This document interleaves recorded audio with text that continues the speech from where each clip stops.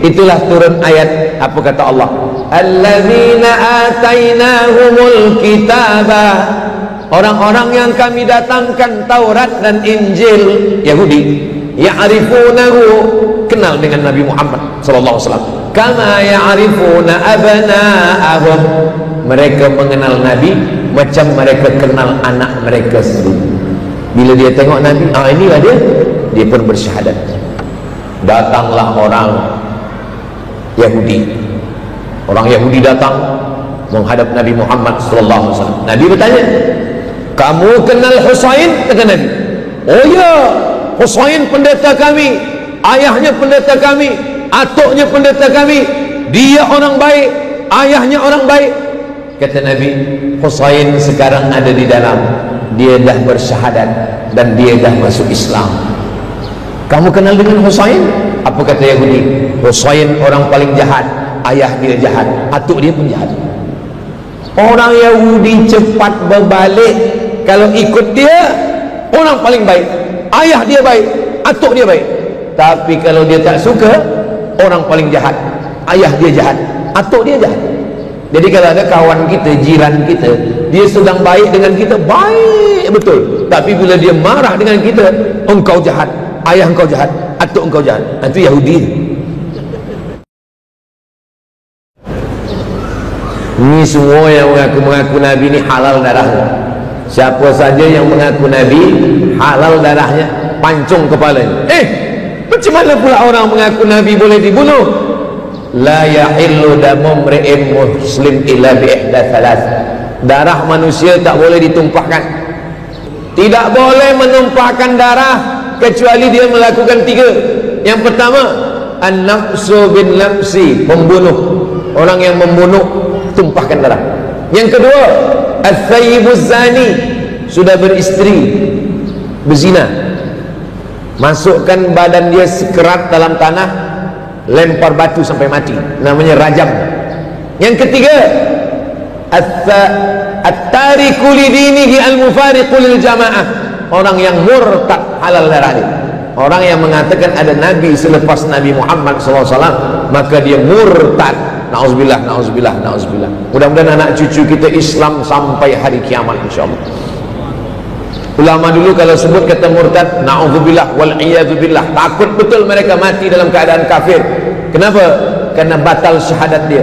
Syahadat kita, asyhadu an la ilaha illallah wa asyhadu anna muhammadan rasulullah. Habis, tak ada syahadat yang ketiga lagi. Itulah dia Sayyidina Ali karramallahu wajhah. Yang keempat, siapa dia yang keempat? Ustaz Abdul Somad dari tadi lelaki saja.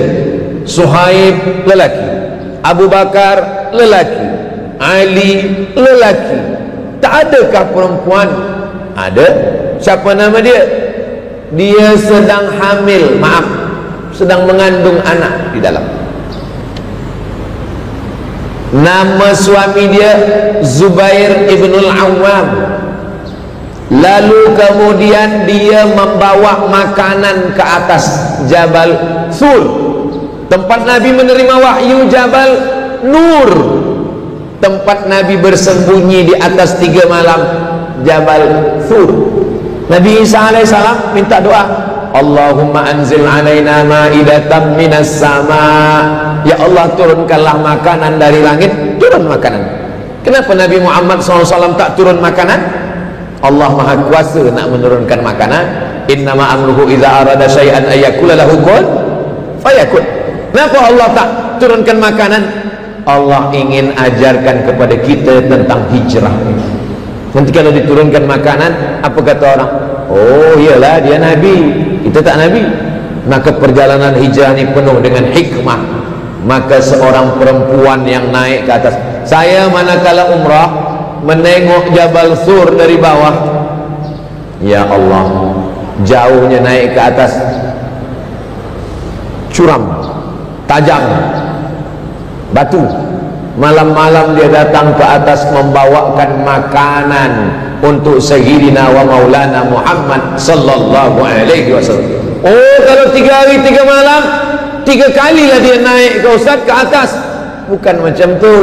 Makanan mereka dulu 4. Makanan Nabi zaman dulu tu 4. Yang pertama gandum, yang kedua kurma, yang ketiga zabib, kismis, yang keempat akid, susu kambing yang dijemur, dikeringkan. Jadi makanan mereka 3, 4 ni tak basi. Bukan macam kita.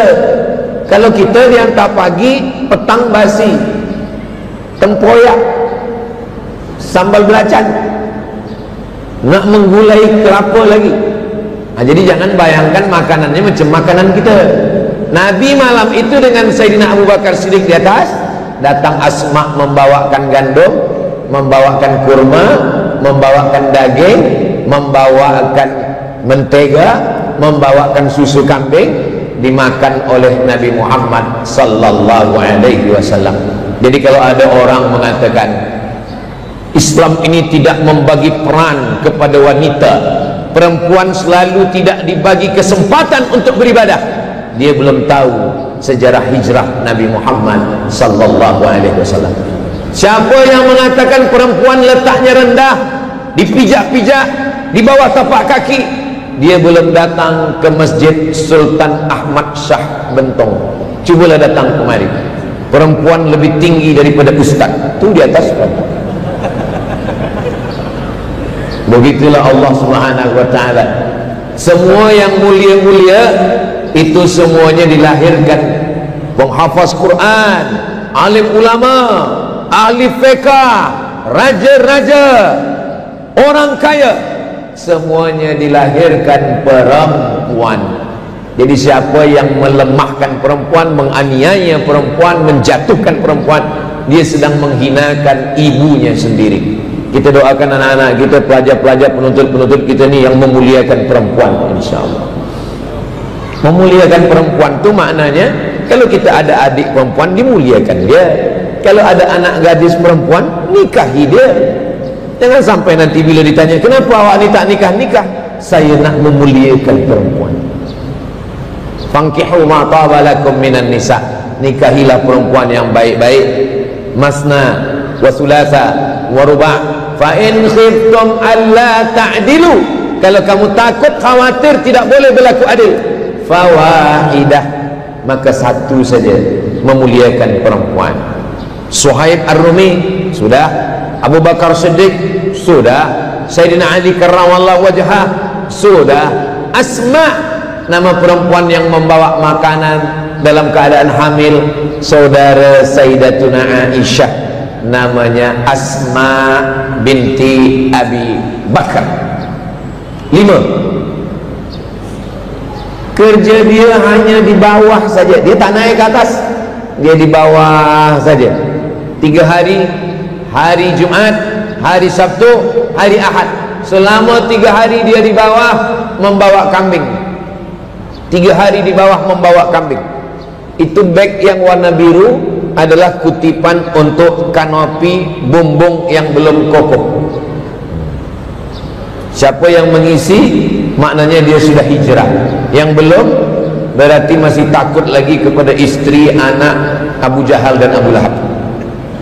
Sallallahu ala Muhammad, sallallahu alaihi wasallam, sallallahu ala Muhammad, sallallahu alaihi wasallam. Ya Nabi, salam alaika, ya Rasul, salam alaika, ya Habibi, salam alaika, salawatullah alaika. Allahumma salli ala Sayyidina Muhammad. Saya tengok beg biru ni, dia mulutnya besar, maknanya kalau tak ada duit, puan-puan, makcik-makcik, kalau tak ada duit boleh diisi cincin, gelang, rantai, boleh.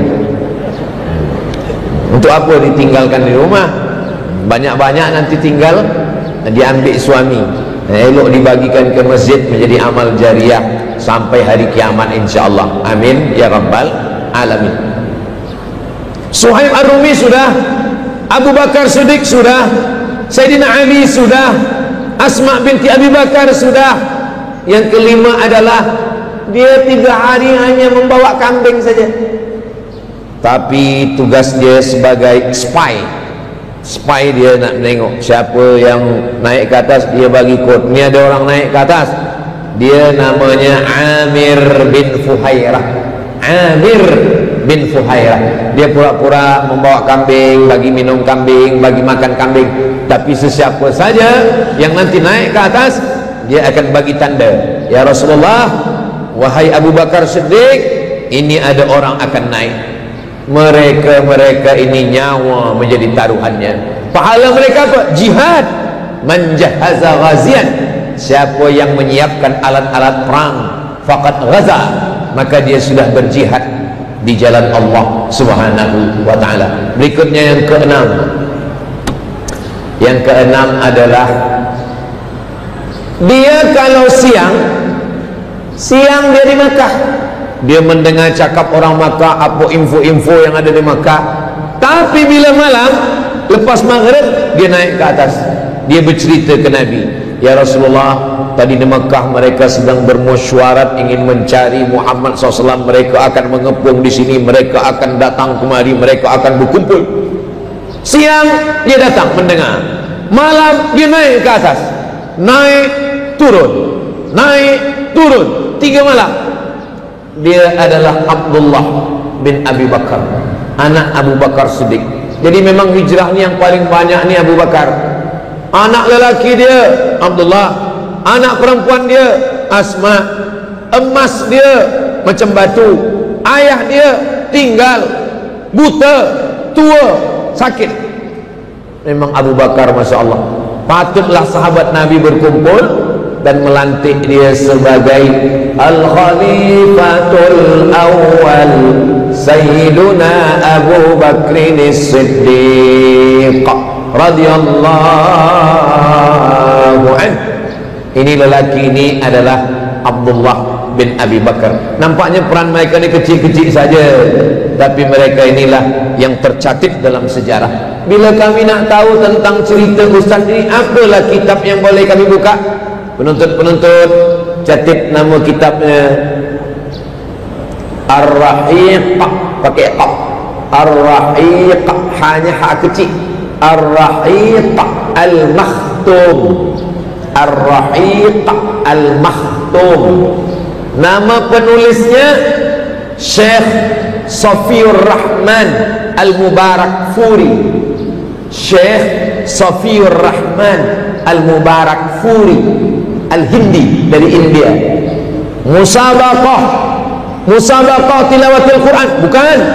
Musabaqah menulis sejarah Nabi Muhammad sallallahu alaihi wasallam yang ikut 150 negara. Europe ikut, Mesir ikut, Saudi Arabia ikut. Tapi yang menang dari Muslim minority, bukan Muslim majority. Yang menang adalah Muslim kecil saja, sikit saja Muslim, tapi mereka lah yang menang. Namanya Syekh Safiur Rahman Al-Mubarakfuri. Saya suka membaca ini sebab bahasanya moden, bahasanya tak susah, dan maklumatnya juga singkat-singkat, riwayatnya tak terlampau banyak. Elok penuntut-penuntut baca untuk tahap awal. Nanti bila dah besar sikit, dah boleh baca kitab yang susah sikit, barulah baca sirah Ibn Katsir, sirah Al-Qurtubi, sirah ulama-ulama turas. Kitab sirah yang paling tua adalah sirah Ibnu Ishaq. Yang paling tua sejarah Nabi ini sirah Ibni Ishaq. Lalu setelah Ibnu Ishaq namanya sirah Ibni Hisham. Kalau disebut sirah itu khas sejarah Nabi Muhammad sallallahu alaihi wasallam. Kepada tuan-puan, pergi ke bookstore, tempat jual buku, cari buku yang 1 juzuk sejarah Nabi Muhammad sallallahu alaihi wasallam. Bawa balik ke rumah, simpan. Bila ada waktu baca, tak ada waktu baca, simpan saja di rumah. Nanti bila kita mati, anak kita buka-buka, dia tengok, oh Masya Allah, Tabarakallah, ayah saya meninggalkan satu buku yang bermakna untuk saya. Anak kita bila menengok buku tu nanti menangis dia. Kenapa dia menangis? Sebab dia tengok buku tu belum pernah dibaca ayah dia.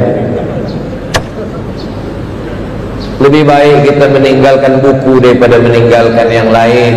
Jangan sampai kita meninggalkan lagu-lagu, jangan sampai kita meninggalkan nyanyian-nyanyian.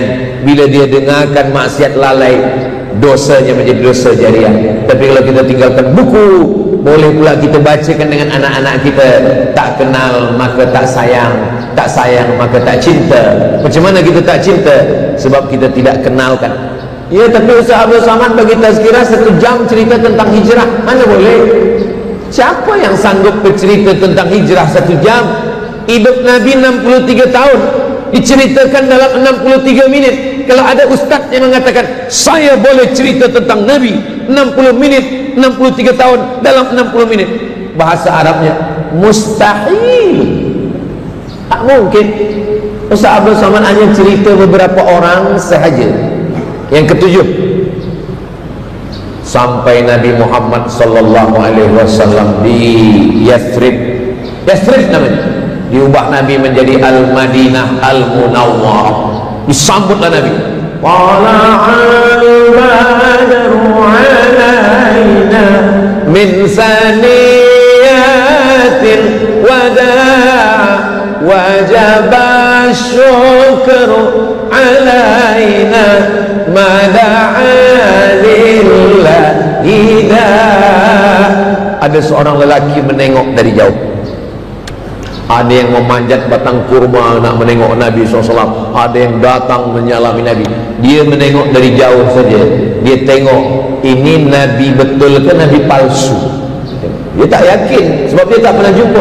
Dia hanya tengok dari jauh. Ini Nabi, nama dia Husain, ha sad ya nun, Husain, pendeta Yahudi. Husain artinya itu kan antara masjid dengan rumah ada dinding. Dinding itu Husain namanya. Supaya pencuri tak masuk, maka dibinalah pagar batu, itu Husain. Husain pagar batu pendek. Kalau pagar batu besar namanya Hisn.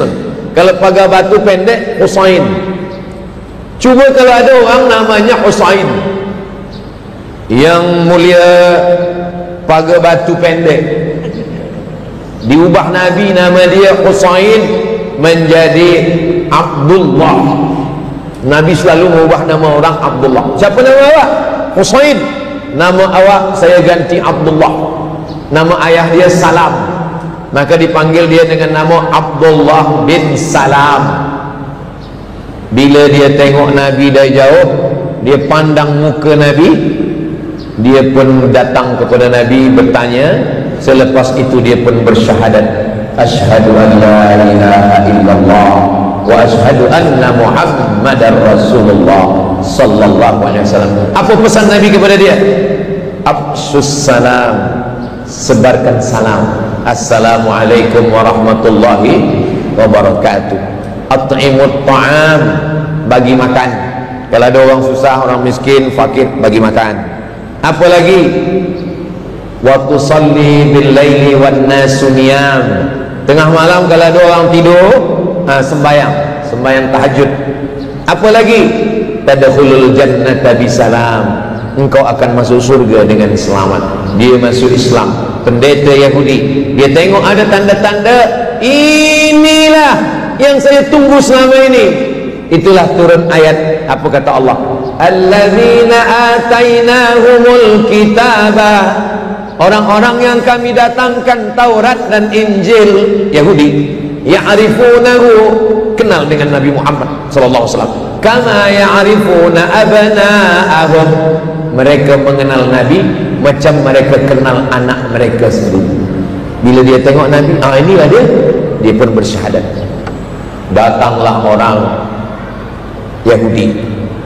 Orang Yahudi datang menghadap Nabi Muhammad sallallahu alaihi wasallam. Nabi bertanya, Kamu kenal Husain? Kata Nabi. Oh ya, Husain pendeta kami, ayahnya pendeta kami, atuknya pendeta kami, dia orang baik, ayahnya orang baik.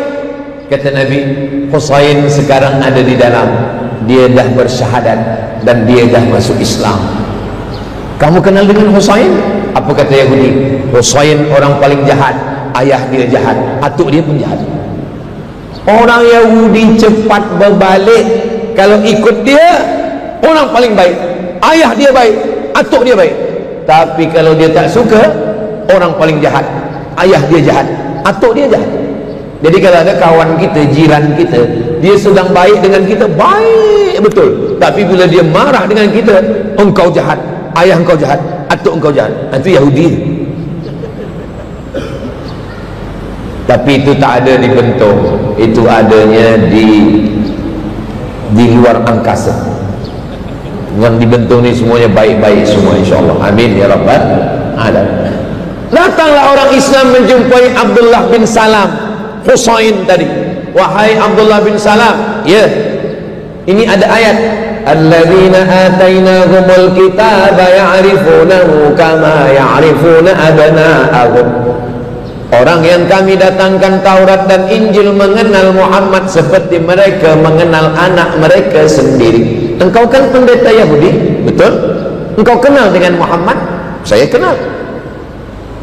Saya lebih kenal Muhammad sallallahu alaihi wasallam daripada anak saya sendiri, dan saya lebih yakin dia nabi daripada anak saya sendiri. Macam mana macam tu? Saya yakin dia nabi sebab yang saya baca dalam kitab saya tu macam itu betul yang ada pada diri dia. Tapi anak saya tak tahu. Mungkin masa saya pergi, dia buat maksiat dengan orang lain. Begitulah keyakinan kalau orang benar. Kalau memang betul begitu, kenapa mereka tak masuk Islam? Mereka takut hilang kuasa, hilang duit, hilang jawatan, hilang dunia. Maka mereka disebut yastaruna bi ayatillah. Mereka menjual ayat-ayat Allah samanan qalila, dengan dunia yang murah, yang tak ada apa-apanya. Itulah dia Abdullah bin Salam. Berikutnya yang ke-8. Yang ke-8 adalah seorang yang datang ke Makkah, ke Madinah. Di Makkah dia orang kaya, jutawan. Bila dia sampai ke Madinah, dia sendiri. Namanya Abdurrahman bin Auf. Abdurrahman bin Auf sendiri. Nabi manggil Abdurrahman, Abdurrahman sini kejap. Ya. Disaudarakan Nabi dia dengan sahabat yang ada di Madinah, namanya Sa'ad bin Rabi'. Namanya Sa'ad bin Rabi'. Sa'ad sini, Abdurrahman sini. Nabi biasa mempersaudarakan. Kalau ini businessman, dipersaudarakan. Abdurrahman, ini Sa'ad, engkau bersaudara sekarang, ya? Ya. Apa kata Sa'ad bin Rabi'? Wahai Abdurrahman, rumah saya banyak, pilih mana yang engkau mau, ambil. Kuda, unta, lembu saya banyak, mana yang engkau mau, ambil. Mohon maaf, bini saya banyak. Masa itu belum lagi ada turun ayat mesti 4. Mereka poligami unlimited. Belum turun lagi ayat masna wa thulatha wa ruba'. Masa itu bini mereka 10, 20 banyak. Wahai Abdurrahman, mohon maaf, bini saya banyak. Bila engkau mau, pilih mana yang kau suka, saya ceraikan, habis iddahnya, ambil. Apa kata Abdurrahman bin Auf? Barakallahu laka fi malika wa barakallahu laka fi ahlika. Semoga Allah memberikan berkah pada istrimu, semoga Allah berikan berkah pada hartamu.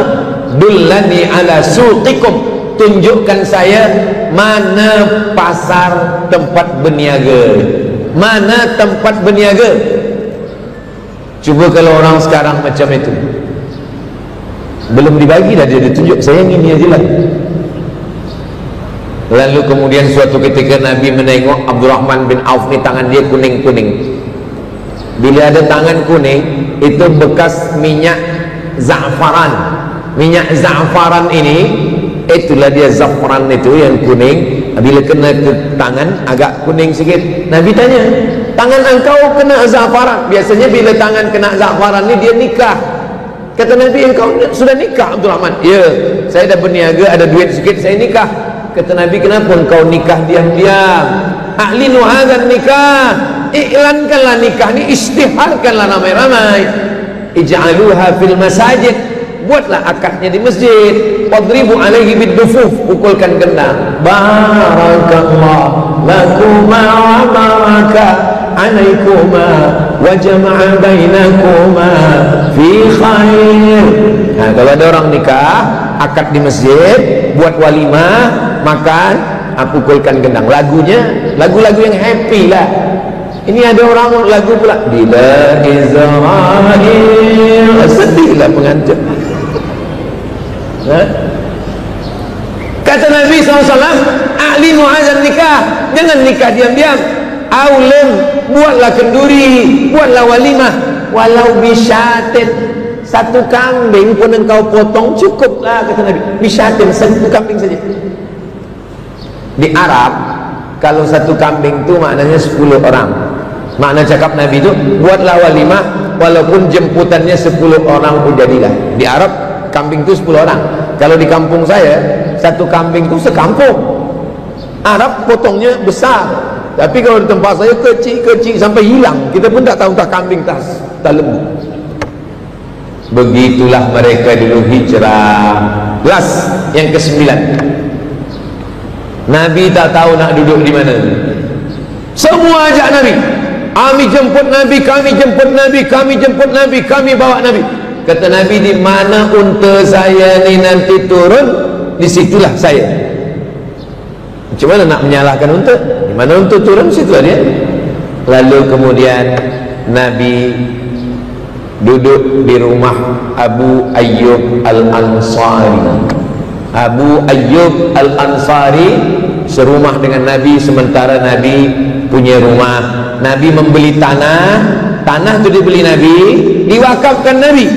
Itulah tanah 15 meter ke belakang, 22 meter ke tepi.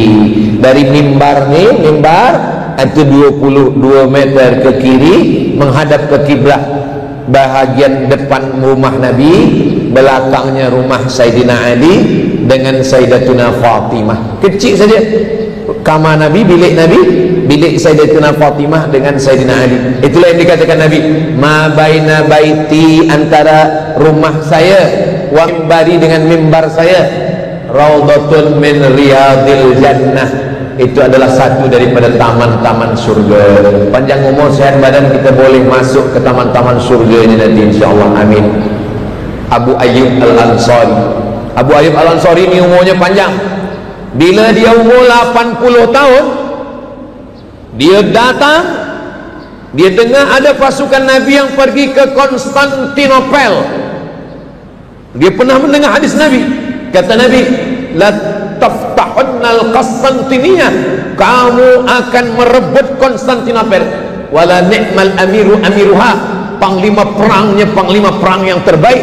Wala ni'mal jaishu dzalikal jais, dan pasukan tenteranya pasukan tentera terbaik. Masa itu umur dia 80 tahun, dia datang, saya nak menjadi pasukan terbaik yang merebut Konstantinopel. Umur 80 tahun dia ikut berperang, dan dia meninggal sebagai syahid. Kubur dia di Istanbul. Abu Ayyub Al-Ansari. Ayyub Al-Ansari, panjang umur, sehat badan. Kita pergi umrah, singgah di Istanbul, ada pokok kayu besar, ada kubur. Ketika Muhammad Al-Fatih ingin merebut Konstantinopel, maka dia dibawa oleh gurunya namanya Agha Syamsuddin berziarah ke kubur Abu Ayyub Al-Ansari. Sampai hari ini orang banyak berziarah. Dulu Salahuddin, dulu Muhammad Al-Fatih ingin menaklukkan Konstantinopel, berziarah dulu. Sebab ini orang umur 80 tahun ingin menaklukkan Konstantinopel. Ini umur 19 tahun, saya ingin menaklukkan Konstantinopel. Sekarang banyak juga budak-budak belia yang pergi umrah, dia berziarah juga. Dulu Muhammad Al-Fatih ziarah ke sini ingin menaklukkan Konstantinopel. Awak berziarah sini nak menaklukkan siapa? Nak menaklukkan hati dia. mana perjuangan belia-belia kita. Itulah beberapa yang boleh saya riwayatkan tentang hijrahnya Nabi Muhammad sallallahu alaihi wasallam. Tadi saya mula pukul 3, sekarang dah pukul 4. Mudah-mudahan 1 jam kita duduk di majlis ilmu ini, yang baik-baik datang dari Allah, yang tak baik dari hamba Allah yang baik. Akhirnya saya ucapkan tahniah, selamat tahun baru hijrah 1447. Mudah-mudahan tahun ini lebih baik daripada tahun yang lampau, dan kita lebih istiqamah, lebih taat, lebih sihat, lebih bahagia. Amin ya rabbal alamin. Di akhir majlis saya tutup dengan pantun penutup, menangkap puyuh di Bukit Selasih. Thank you dan terima kasih.